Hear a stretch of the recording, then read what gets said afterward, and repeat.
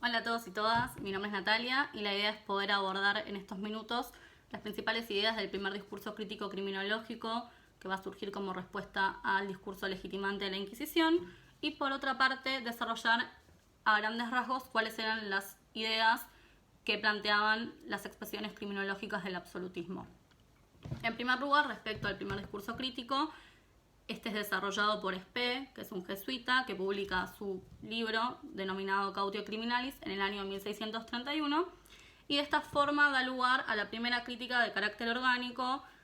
que va a ser caracterizada como una crítica no teórica sino pragmática, ya que no se va a adentrar en discutir sobre la existencia o no de las brujas, sino más bien va a plantear una crítica al sistema procesal por el cual se lleva adelante la Inquisición y a plantear que a partir de la selección criminalizante de mujeres pobres, vulnerables, con todas las características que ya hemos visto, y de la forma en la que era llevado adelante el interrogatorio y demás, concluía necesariamente en que esas personas iban a ser consideradas culpables y por ende terminar en la hoguera. Esto funda la primera estructura del discurso deslegitimante y de esta forma Spee es considerado como el precursor de las ideas iluministas que luego vamos a ir viendo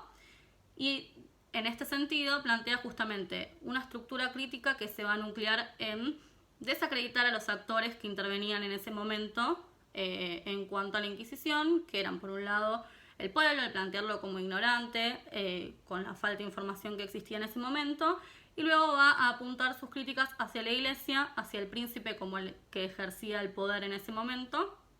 y a la corrupción existente entre los mismos inquisidores que cobraban justamente por cada bruja que era llevada a la hoguera. Entonces, en este sentido, él va a plantear justamente una cautela al momento de ejercer el poder punitivo. Hasta acá vimos tres ejes que ya fue desarrollando Gabriela hasta este momento y tienen que ver por un lado con la consolidación del primer discurso criminológico, que va a ser la Inquisición, legitimante del ejercicio del poder punitivo, en el intento de medicalización del delito y por último en este primer contradiscurso que surge como respuesta a la construcción teórica que existía hasta el momento.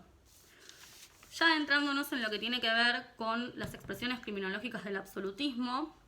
cabe aclarar que justamente todo lo que nosotros leamos lo tenemos que entender en la clave de un momento de unificación de estados, de acumulación de capital,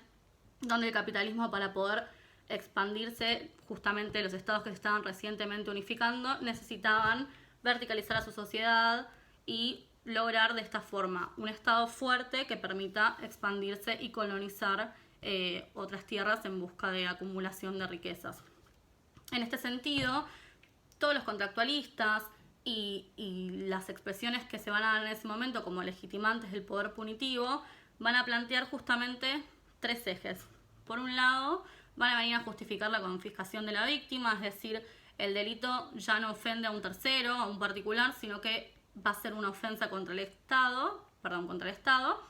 y de ahí la importancia del rol de justamente el poder punitivo y de la víctima fuera de este sistema. Es decir, el Estado va a plantear que la víctima es el propio Estado. Por ende, va a surgir el concepto de infracción que va a ser tratado por los distintos teóricos que van a escribir en ese momento. A su vez, se tiene presente el concepto de verticalización social.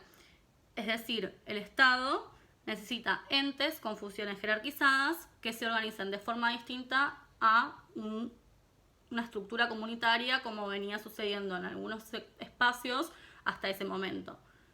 Y para poder verticalizar a la sociedad y para poder concentrar el poder en la figura del monarca o las distintas figuras que vayan justificando cada uno de estos contractualistas, van a necesitar justamente burocracias que actúen y que ejerzan el poder de forma directa, delegado por el poder central,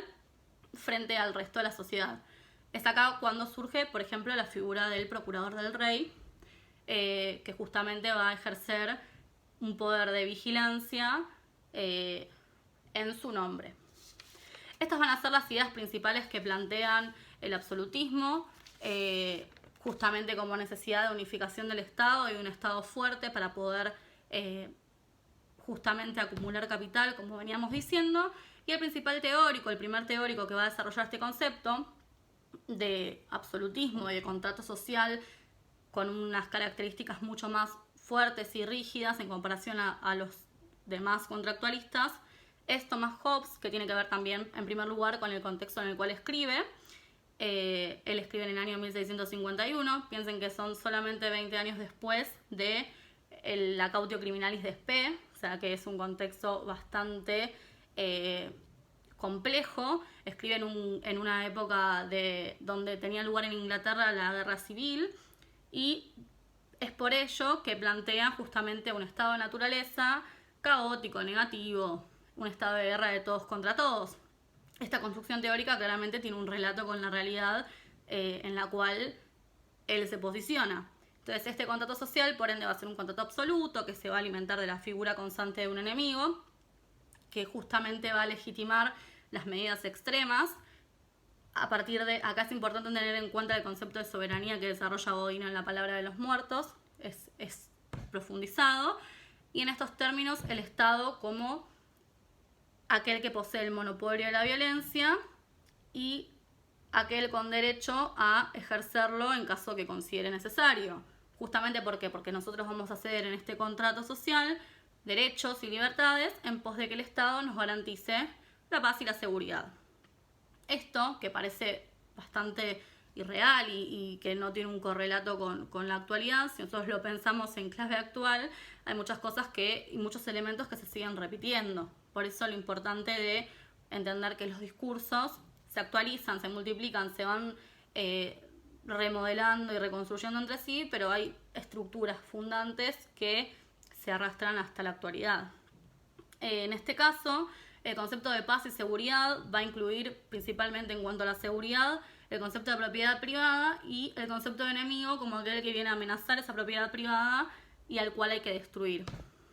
Este contrato es absoluto, no permite un derecho de rebelión, por ende el contrato no se va a disolver a menos que justamente se produzca una guerra contra el extranjero o la rebelión no aceptada de la sociedad en su conjunto, ya que el Estado no podría garantizar sus objetivos primordiales y por ende perdería razón de ser. Esto es a grandes rasgos lo que plantea Hobbes, que luego va a ser tomado por los otros contractualistas que van a ver a continuación, justamente matizado y justamente respondiendo al contexto social en los cuales van a desarrollar las teorías cada uno de ellos, pero es importante que tengamos presente estas ideas y estas estructuras, ya que son las que se van a ir repitiendo a lo largo del tiempo y que muchas veces tienden al absolutismo a pesar de que se vayan reformulando, y es por eso que resulta importante poder tener presente estas claves al momento de efectuar los análisis. Bueno, espero que les haya servido y cualquier duda me encuentro a disposición. Estamos en contacto.